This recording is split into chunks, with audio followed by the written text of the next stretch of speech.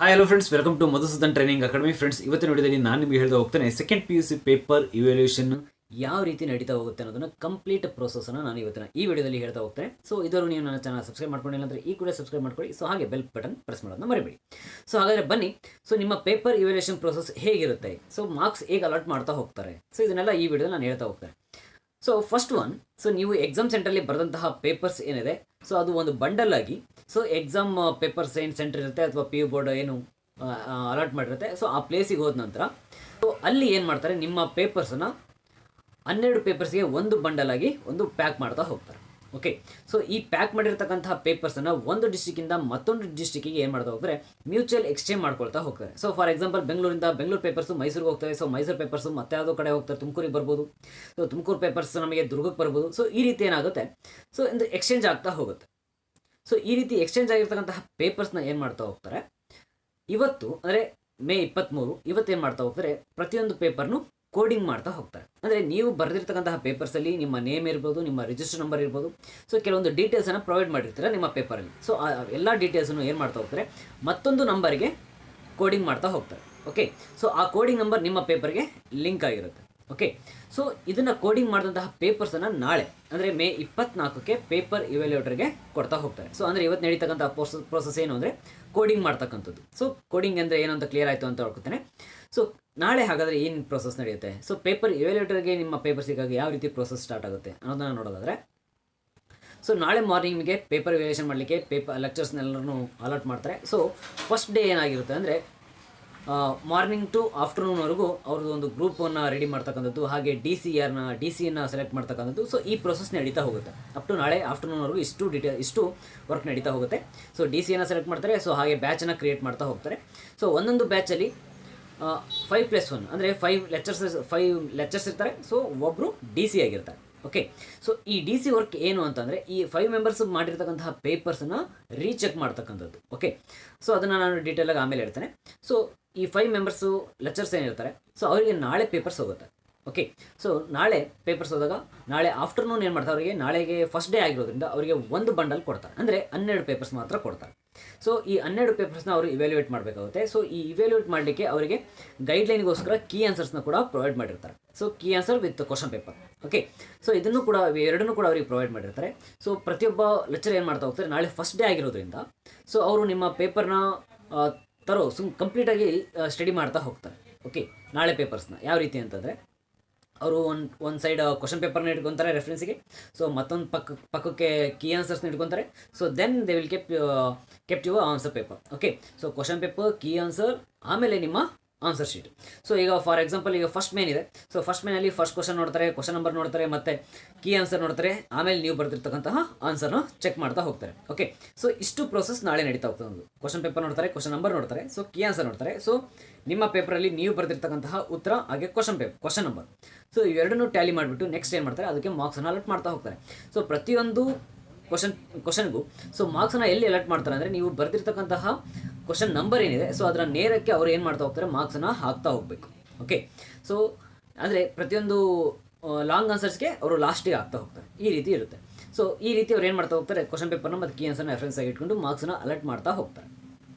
So ಇಷ್ಟೆಲ್ಲ allot ಮಾಡಿ ಆದಮೇಲೆ ಲಾಂಗ್ ಆನ್ಸರ್ಸ್ ಬರುತ್ತೆ. ಸೊ ಲಾಂಗ್ ಆನ್ಸರ್ಸ್ಗೆ ಏನು ಮಾಡ್ತಾರೆ, ಸೊ ಅವರು ಕ್ವಶನ್ ಬರಲ್ಲ, ನಿಮ್ಮ ಲಾಂಗ್ ಆನ್ಸರ್ಸ್ ಎಲ್ಲಿ ಎಂಡ್ ಆಗಿರುತ್ತೆ, ಸೊ ಅದನ್ನು ಅಲ್ಲಿ ಮೆನ್ಷನ್ ಮಾಡ್ತಾ ಹೋಗ್ತಾರೆ. ಸೊ ಹಾಗೆ ನೀವು ಪ್ರತಿಯೊಂದು ಪೇಜಲ್ಲೂ ಅಬ್ಸರ್ವ್ ಮಾಡಿದ್ರಿ ಅಂದರೆ, ಪ್ರತಿಯೊಂದು ಪೇಜ್ ಎಂಡಿಂಗಿಗೆ ಒಂದು ಬಾಕ್ಸ್ ಅಂತ ಇರುತ್ತೆ. ಸೊ ಆ ಬಾಕ್ಸ್ ಏನಾಗಿರುತ್ತೆ ಅಂದರೆ, ಒಂದು ಪೇಜಲ್ಲಿ ವಿದ್ಯಾರ್ಥಿ ತೊಗೊಂಡಿರ್ತಕ್ಕಂತಹ ಮಾರ್ಕ್ಸ್ ಎಷ್ಟು. ಓಕೆ, ಸೊ ಈಗ ಫಾರ್ ಎಕ್ಸಾಂಪಲ್ 15 ಕ್ವಶನ್ಗೆ 3 ಮಾರ್ಕ್ಸನ್ನು ತೊಗೊಂಡಿದ್ದಾನೆ, 16 ಕ್ವಶನ್ಗೆ 2 ಮಾರ್ಕ್ಸನ್ನು ತೊಗೊಂಡಿದ್ದಾನೆ, ಸೊ ಹಾಗೆ 20 ಕ್ವಶನ್ಗೆ 2 ಮಾರ್ಕ್ಸನ್ನು ತೊಗೊಂಡಿದ್ದಾನೆ. ಓಕೆ, ಸೊ ಅಲ್ಲಿ ನಮಗೆ ಎಷ್ಟಾಯಿತು, 7 ಮಾರ್ಕ್ಸ್ ಆಯಿತು. ಓಕೆ, ಆ ಟೋಟಲನ್ನು ಆ ಬಾಕ್ಸಲ್ಲಿ ಮೆನ್ಷನ್ ಮಾಡ್ತಾ ಹೋಗ್ತಾರೆ. ಸೊ ಈ ರೀತಿ ಪ್ರತಿಯೊಂದು ಪೇಜಲ್ಲೂ ಆ ವಿದ್ಯಾರ್ಥಿ ತೊಗೊಂಡಿರ್ತಕ್ಕಂತಹ ಮಾರ್ಕ್ಸನ್ನು ಅಲ್ಲಿ ಟೋಟಲ್ ಮಾಡಿ ನಂಬರನ್ನು ಬರಿತಾ ಹೋಗ್ತಾರೆ.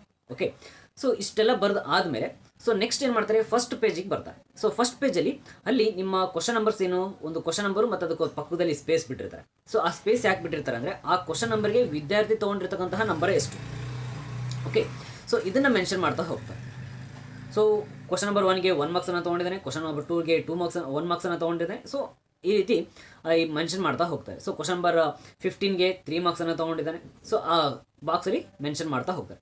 ಸೊ ಇಷ್ಟೆಲ್ಲ ಮೆನ್ಷನ್ ಮಾಡಿ ಆದಮೇಲೆ ಸೊ ಪೇಪರ್ ಇವ್ಯಾಲ್ಯೂಯೇಟರ್ ಏನು ಮಾಡ್ತಾನೆ, ಸೊ ಪ್ರತಿಯೊಂದು ಪೇಜಲ್ಲೂ ವಿದ್ಯಾರ್ಥಿ ತೊಗೊಂಡಿರ್ತಕ್ಕಂತಹ ಮಾರ್ಕ್ಸ್ ಟೋಟಲ್ ಪ್ಲಸ್ ನಿಮ್ಮ ಫಸ್ಟ್ ಪೇಜಲ್ಲಿ ಏನು ಎಂಟ್ರಿ ಮಾಡಿದ್ರಲ್ಲ, ಸೊ ಆ ಮಾರ್ಕ್ಸ್ ಟೋಟಲ್ ಎರಡೂ ಕೂಡ ಮ್ಯಾಚ್ ಆಗಬೇಕು. ಓಕೆ, ಸೊ ಎರಡೂ ಕೂಡ ಮ್ಯಾಚ್ ಆದಮೇಲೆ ಅವರು ನಿಮ್ಮ ಟೋಟಲ್ನ ಬರಿತಾ ಹೋಗ್ತಾರೆ. ಸೊ ಇನ್ ಕೇಸ್ ಕೆಲವೊಂದು ಕ್ವಶನ್ಗೆ ಮಾರ್ಕ್ಸನ್ನು ಕೊಟ್ಟಿರ್ತಾರೆ, ಕೌಂಟ್ ಮಾಡಿರೋದಿಲ್ಲ. ಸೊ ಆ ರೀತಿಯ ಮಿಸ್ಟೇಕ್ಸನ್ನು ತಪ್ಪಿಸ್ಲಿಕ್ಕೋಸ್ಕರ ಏನು ಮಾಡ್ತಾರೆ, ಇಲ್ಲಿ ಡಬಲ್ ಕೌಂಟಿಂಗ್ ಮಾಡ್ತಾ ಹೋಗ್ತಾರೆ. ಒಂದು ಏನಂದರೆ ಕ್ವಶನ್ ನಂಬರ್ ವೈಸ್ ಟೋಟಲ್ ಮಾಡ್ತಕ್ಕಂಥದ್ದು ಮತ್ತು ಪೇಜ್ ವೈಸ್ ಟೋಟಲ್ ಮಾಡ್ತಕ್ಕಂಥದ್ದು, ಇದೊಂದು ಪ್ರೋಸೆಸ್ ಅದು. ಸೊ ಈ ಪ್ರೋಸೆಸ್ ಮಾಡೋದ್ರ ಮೂಲಕ ಸೊ ಮ್ಯಾಕ್ಸಿಮಮ್ ಟೈಮ್ ಏನಾಗುತ್ತೆ, ಟೋಟಲ್ ಮಿಸ್ಟೇಕ್ಸ್ ಆಗೋದು, ಅಥವಾ ಕೆಲವೊಂದು ಕ್ವಶನ್ ನಂಬರ್ಗೆ ಮಾರ್ಕ್ಸ್ ಅಲಾಟ್ ಮಾಡಿ ಕೂಡ ಅದನ್ನು ಟೋಟಲಲ್ಲಿ ಕೌಂಟ್ ಮಾಡಲಿಕ್ಕೆ ಸಹ ಮಿಸ್ ಆಗಿಬಿಟ್ಟಿರುತ್ತೆ. ಸೊ ಈ ರೀತಿ ಮಿಸ್ಟೇಕ್ಸನ್ನು ತಪ್ಪಿಸ್ಲಿಕ್ಕೋಸ್ಕರ ಈ ರೀತಿ ಡಬಲ್ ಕೌಂಟಿಂಗನ್ನು ಮಾಡಿರ್ತಕ್ಕಂಥದ್ದು. ಸೊ ಈಗ ಒಬ್ಬ ಪೇಪರ್ ಇವ್ಯಾಲ್ಯೂಯೇಟರ್ ಏನು ಮಾಡ್ತಾನೆ, ಇದನ್ನು ಒಂದು ಪೇಪರ್ನ ರೆಡಿ ಮಾಡ್ತಾನೆ. ಸೊ ಒಂದು ಪೇಪರ್ ರೆಡಿ ಆದಮೇಲೆ ಈ ಪೇಪರ್ನ ಡಿ ಸಿ ಹತ್ರ ಹೋಗುತ್ತೆ. Okay, so actually D C ಅವರು ಏನು ಮಾಡ್ತಾರೆ, 12 ಪೇಪರ್ ಬಂಡಲಲ್ಲಿ 1 ಅಥವಾ 2ನ ತೊಗೊಂಡ್ಬಿಟ್ಟು ಯಾವ ರೀತಿ ಪೇಪರ್ ಇವ್ಯಾಲ್ಯೂಯೇಟ್ ಮಾಡಿದ್ದಾರೆ, ತುಂಬ ಲಿಬ್ರಾ, ತುಂಬ ಸ್ಟ್ರಿಕ್ಟಾಗಿ ಮಾಡಿದ್ದಾರೆ, ಅಥವಾ ಈ ಪೇಪರ್ಗೆ ಇನ್ನೂ ಏನಾದರೂ ಮಾರ್ಕ್ಸ್ ಬರಬೇಕಾಗಿತ್ತಾ, ಇಲ್ಲ ಈ ಕ್ವಶನ್ಗೆ ಹುಡುಗ ತುಂಬ ಚೆನ್ನಾಗಿ ಬರ್ತಿದ್ದಾನೆ, ಇಲ್ಲಿ ಮಾರ್ಕ್ಸ್ ಕೊಡಬೇಕಾಗಿತ್ತಾ ಅಂತಬಿಟ್ಟು ಏನು ಮಾಡ್ತಾ ಹೋಗ್ತಾರೆ, ಒಂದು ಹೈಯೆಸ್ಟ್ ಬಂದಿರೋದು ಅಥವಾ ಲೋಯೆಸ್ಟ್ ಬಂದಿರೋದು ಪೇಪರ್ನ ತೊಗೊಂಡ್ಬಿಟ್ಟು ಏನು ಮಾಡ್ತಾ ಹೋಗ್ತಾರೆ, ಡಿ ಸಿ ಅವರು ರೀಚೆಕ್ ಮಾಡ್ತಾ ಹೋಗ್ತಾರೆ. ಸೊ ಅಲ್ಲಿ ಏನಾದರೂ ಅವ್ರಿಗೆ ಮಿಸ್ಟೇಕ್ಸ್ ಬಂತು ಅಂದರೆ ಸೊ ಅದನ್ನು ಕರೆಕ್ಟ್ ಮಾಡ್ಕೊಳ್ಳಿಕ್ಕೆ ಎಗೇನ್ ಆ ಪೇಪರ್ನ ಏನು ಮಾಡ್ತಾ ಹೋಗ್ತಾರೆ, ತಮ್ಮ ಗ್ರೂಪ್ ಮೆಂಬರ್ ಲೆಕ್ಚರರ್ ಇರ್ತಾರೆ ಅವರಿಗೆ ಅದನ್ನು ಹ್ಯಾಂಡ್ ಓವರ್ ಮಾಡ್ತಾರೆ. ಸೊ ಅವರು ಅದನ್ನು ಮತ್ತೆ ಕರೆಕ್ಷನ್ ಮಾಡಿ ಮತ್ತೆ ಡಿ ಸಿ ಕೊಡ್ತಾರೆ. ಸೊ ಈ ರೀತಿ ಒಂದು ಪ್ರೊಸೆಸ್ ನಡೀತಾ ಹೋಗುತ್ತೆ. ಸೊ ಮಿಸ್ಟೇಕ್ಸ್ ಏನೂ ಇಲ್ಲ ಅಂತಂದರೆ ಡಿ ಸಿ ಅದಕ್ಕೆ ಸಿಗ್ನೇಚರ್ ಮಾಡಿ ಪಾಸ್ ಮಾಡ್ತಾ ಹೋಗ್ತಾರೆ. ಆದರೆ ಡಿ ಸಿ ಇಲ್ಲಿ ಏನು ಮಾಡ್ತಾ ಹೋಗ್ತಾರೆ ಅಂದರೆ ಕೇವಲ 1-2 ಪೇಪರ್ ಅಲ್ಲ, ಸೊ ಪ್ರತಿಯೊಂದು ಪೇಪರ್ನೂ ಕೂಡ ಚೆಕ್ ಮಾಡಿಬಿಟ್ಟು ಏನು ಮಾಡ್ತಾ ಹೋಗ್ತಾರೆ, ತಮ್ಮ ಸಿಗ್ನೇಚರನ್ನು ಹಾಕ್ತಾ ಹೋಗ್ತಾರೆ. ಓಕೆ, ಸೊ ಯಾಕೆಂದರೆ ಡಬಲ್ ಕರೆಕ್ಷನ್ ಆಗಲಿ ಅಂತ ಬಿಟ್ಟು, ಟೋಟಲ್ ಮಿಸ್ಟೇಕ್ಸ್ ಆಗಿರ್ಬೋದು, ಯಾವುದೋ ಒಂದು ಮಿಸ್ಟೇಕ್ಸ್ ಆಗಲೇಬಾರ್ದು ಅನ್ನೋ ಒಂದು ಇಂಟೆನ್ಷನ್ ಇದೆ, ಈ ರೀತಿ ಮಾಡ್ತಾ ಹೋಗ್ತಾರೆ. ಓಕೆ, ಸೊ ಇದಿಷ್ಟು ಪೇಪರ್ ಇವ್ಯಾಲ್ಯೂಯೇಷನ್ ನಡೀತಕ್ಕಂಥದ್ದು. ಸೊ ಹಾಗಾದರೆ ಫಸ್ಟ್ ಡೇ ಯಾವ ರೀತಿ ಇರುತ್ತೆ ಮೆಂಟಾಲಿಟಿ, ಸೊ ಸೆಕೆಂಡ್ ಡೇ ಯಾವ ರೀತಿ ಇರುತ್ತೆ ಮೆಂಟಾಲಿಟಿ ಪೇಪರ್ ಇವ್ಯಾಲ್ಯೂಯೇಟರ್ದು, ಥರ್ಡ್ ಡೇ ಯಾವ ರೀತಿ ಇರುತ್ತೆ, ಸೊ ಇದನ್ನು ನಾವು ನೋಡೋದಾದರೆ, ಸೊ ಆ್ಯಸ್ ಎ ಇವ್ಯಾಲ್ಯೂಯೇಟರ್ ನಾನು ಕೂಡ ಫೀಲ್ ಆದ ಹಾಗೆ, ಸೊ ಫಸ್ಟ್ ಡೇ ಹೋದಾಗ ಏನು ಮಾಡಿರ್ತೀವಿ, ಸೊ ನಮಗೆ ಅದು ಫಸ್ಟ್ ಡೇ ಎಕ್ಸ್ಪೀರಿಯನ್ಸ್ ಇನ್ನೂ ಹೊಸ ಎಕ್ಸ್ಪೀರಿಯನ್ಸ್ ಆಗಿರೋದ್ರಿಂದ ಸೊ ನಾವು ಕ್ವಶನ್ ಪೇಪರ್ನೂ ಕೂಡ ತುಂಬ ಸೀರಿಯಸ್ ಆಗಿ ಅಬ್ಸರ್ವ್ ಮಾಡ್ತಾ ಇರ್ತೀವಿ. ಸೊ ಕೀ ಆನ್ಸರ್ನೂ ಕೂಡ ಅಷ್ಟೇ ಅಬ್ಸರ್ವ್ ಮಾಡ್ತಾ ಇರ್ತೀವಿ. ಸೊ ಜೊತೆಗೆ ನಿಮ್ಮ ಆನ್ಸರ್ನೂ ಕೂಡ ನಾವು ಡೀಟೇಲಾಗಿ ಸ್ಟಡಿ ಮಾಡ್ತಾ ಹೋಗ್ತಾರೆ.